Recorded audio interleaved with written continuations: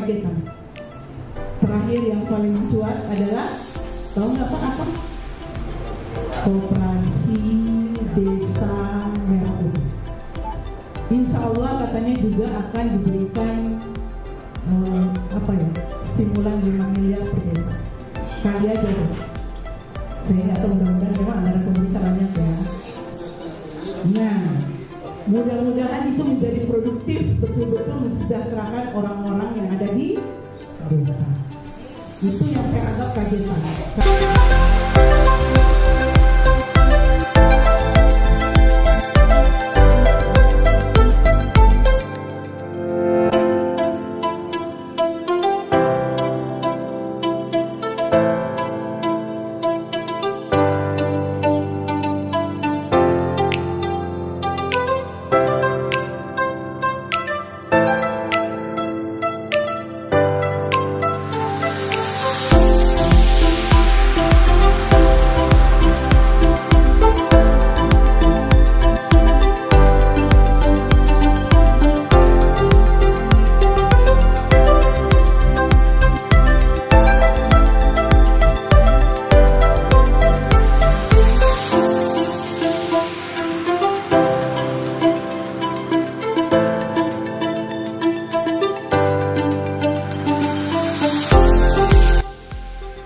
Rapat anggota tahunan secara virtual tentang laporan pertanggungjawaban KKGJ tahun buku 2024 telah diawali dengan kegiatan praras secara virtual pula yang diselenggarakan secara serentak pada tanggal 18 Maret 2025.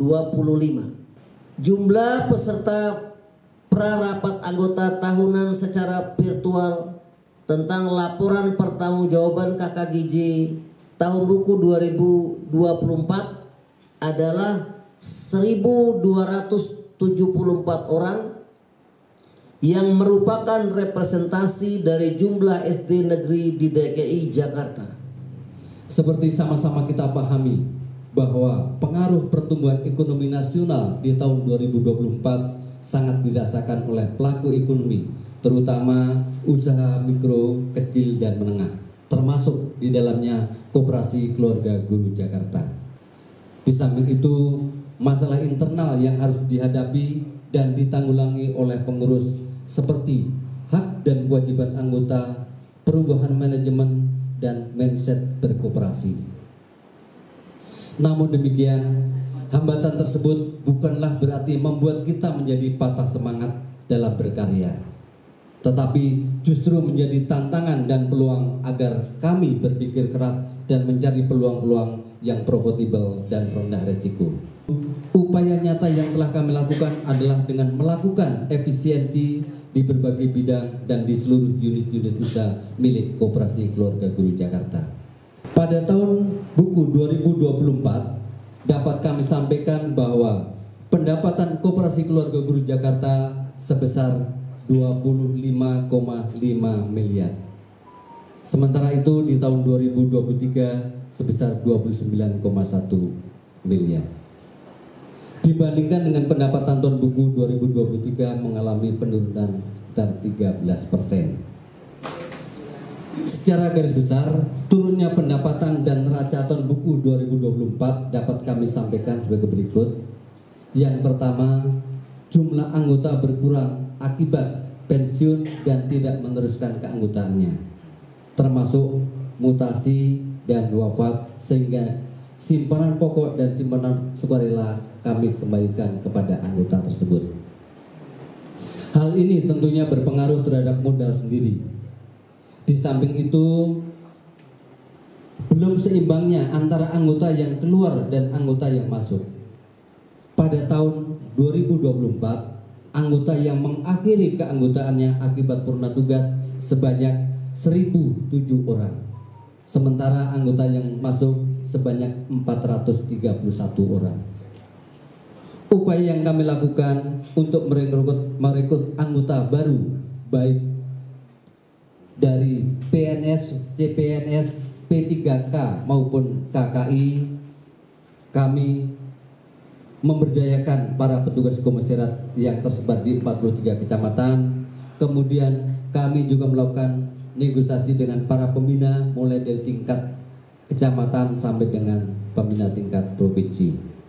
Yang kedua, minat anggota terhadap unit simpan pinjam masih kurang. Hal ini disebabkan oleh beberapa hal. Yang pertama, karena perubahan fasilitas, pemanfaatan fasilitas unit simpan pinjam yang sebelumnya banyak ditujukan untuk biaya investasi, ini berubah menjadi pola konsumtif. Yang kedua, semakin banyaknya pesaing sejenis, terutama pinjaman online. Pada unit simpan pinjam tahun buku 2024, unit simpan pinjam membukukan pendapatan sebesar 7,8 miliar, sedangkan di tahun 2023 kami mendapatkan 11,8 miliar. Hal ini menunjukkan bahwa partisipasi anggota KKGJ dalam bidang unit simpan pinjam masih perlu diintensifkan lagi. Upaya yang sudah kami lakukan adalah dengan menggiatkan kembali unit simpan pinjam melalui pinjaman promo dengan jasa 0,99%. Unit-unit usaha yang mengalami peningkatan pendapatan yang cukup signifikan terjadi pada unit sekolah dan unit gas LPG. Di tahun 2023, unit sekolah menghasilkan 729,4 juta, sedangkan di tahun 2024 mampu menghasilkan 1,9 miliar. Sementara itu pada agen gas LPG yang berlokasi di Babelan Bekasi, Cimanggis, Bogor 1 dan Bogor 2 pada tahun 2023 membukukan sebesar 11,2 miliar dan pada tahun 2024 membukukan sebesar 12,06 miliar. Alhasil pada tahun buku 2024 Koperasi Keluarga Guru Jakarta mampu menghasilkan SHU sebesar 2.733.920.102 rupiah. Bapak jangan bersedih dengan penurunan angka-angka yang ada di unit SP. Kalau nggak salah, KKGJ ini koperasi konsumen ya Pak? Ya. Kalau koperasi konsumen, USP itu sudah jadi unit penunjang Pak. Jadi memang kita harus tonjolkan semua kebutuhan-kebutuhan konsumen, kebutuhan-kebutuhan anggota di bidang usaha lainnya. Nah itu yang perlu dijajaki mulai sekarang. Situasi sekarang ini memang banyak program-program kagetan, istilah saya itu kagetan. Terakhir yang paling mencuat adalah, tahu nggak Pak apa? Koperasi Desa Merah Putih yang akan dibentuk oleh pemerintah kita lewat Kementerian Koperasi. Insya Allah katanya juga akan diberikan stimulan 5 miliar per desa. Kali aja deh. Saya nggak tahu, mudah-mudahan memang anggaran pemerintah banyak ya. Nah, mudah-mudahan itu menjadi produktif, betul-betul mensejahterakan orang-orang yang ada di desa. Itu yang saya anggap kagetan. Kita orang-orang gerakan koperasi ini juga kaget-kagetan juga. Impactnya ada nggak sih di kita ini, bisnis kita gitu, ya. Jadi kalau dia berdampak, ya siap-siap aja Pak. Harus berpikir masih banyak usaha-usaha yang bisa kita capai. Insya Allah memang sekarang ini saya melihat di laporannya KKGJ itu ada SPBU, tapi mungkin memang tidak dikelola sendiri ya Pak. Karena kalau di IKPRI punya 2, PKP punya 3, itu berdampak Pak dengan isu baru-baru ini. Kita ini banyak isu-isu yang membahayakan nih, dan berdampak kepada koperasi kita. Ya terutama ya tadi saya sebutkan PKP dan IKP itu ada bisnis SPBU-nya, langsung anjlok itu omsetnya Pertamax. Anjloknya bukan liter, ton. Ya jadi pinter-pinter lah pengurus ini kan selaku pengelola ya, jadi pinter-pinter menghadapi situasi ekonomi sekarang, karena memang bisa berdampak ke kita. Terus kemudian KKGJ juga memang harus hati-hati juga kaitan dengan jumlah anggota banyak dan itu ada plus minusnya Pak. Banyak dan sedikit itu ada plus minusnya. Kalau banyak tadi sudah digambarkan oleh Pak Ketua, antara masuk dan keluar tidak imbang, akhirnya terjadi penarikan. Impactnya cadangannya turun karena banyak yang ditarik, impactnya kewajiban turun, banyak yang turun di sini tadi yang sudah digambarkan oleh Pak Ketua. Itu impact dari itu semuanya, bisa terjadi karena itu. Banknya yang tadinya sekian puluh miliar menjadi sedikit, mungkin ada implementasi sektor real di bawahnya. Tapi itu semua memang dampak dari bisnis. Kalau kita berbisnis ya kayak gitu, memang harus kayak gitu Pak.